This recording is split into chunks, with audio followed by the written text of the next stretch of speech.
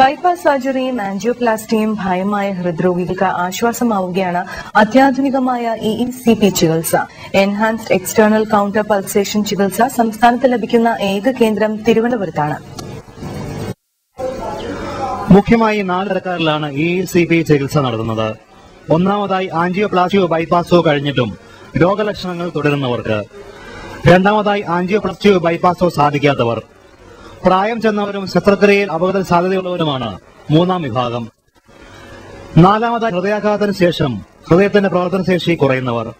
ഹൃദയ ശസ്ത്രക്രിയയ്ക്ക് ശേഷം ഗുരുതരാവസ്ഥയിൽ കഴിയുന്ന രോഗികളെ രക്ഷിക്കാൻ സ്വീകരിക്കുന്ന ഇൻട്രാ അയോട്ടിക് കൌണ്ടർ പൾസേഷൻ പോലെ EECPയിൽ രോഗികളുടെ ശരീരത്തിനുള്ളിലേക്ക് ഉപകരണങ്ങൾ പ്രവേശിപ്പിക്കേണ്ടതില്ല.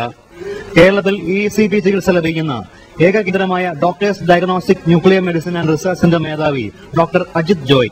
കാലില് BP കഫ്സ് കിട്ടുന്ന പോലത്തെ കഫുകൾ കിട്ടിയിട്ട് ഹൃദയത്തിന് രക്തം കിട്ടുന്ന ഒരു സമയം, ആ സമയം നോക്കി ഹൃദയത്തിലേക്ക് രക്തം കൂടുതൽ എത്തിക്കുകയാണ് ഇത് ചെയ്യാറ്. ഇതില് ഇഫക്റ്റ് വരുന്നതെന്ന് പറഞ്ഞു കഴിഞ്ഞാല് 7-8 കൊല്ലം എക്സസൈസ് ചെയ്യുമ്പോൾ ഉണ്ടാകുന്ന ഒരു ചെറിയ രക്തധമനികളുടെ ഒരു കൊളാട്രൽസ് എന്ന് പറയുന്ന ഒരു ശാഖ ഇതിന് ബ്ലോക്കായ വെസൽസിന് ചുറ്റും നാച്ചുറൽ ബൈപ്പാസ് പോലെ ഉണ്ടായി ഈ മസിൽ, ഹാർട്ടിന്റെ മസിലിലേക്ക് രക്തം എത്താത്തടത്തേക്ക് രക്തം എത്തിക്കുന്ന ഒരു പ്രക്രിയയാണ് ഇതിൽ നടക്കുന്നത്.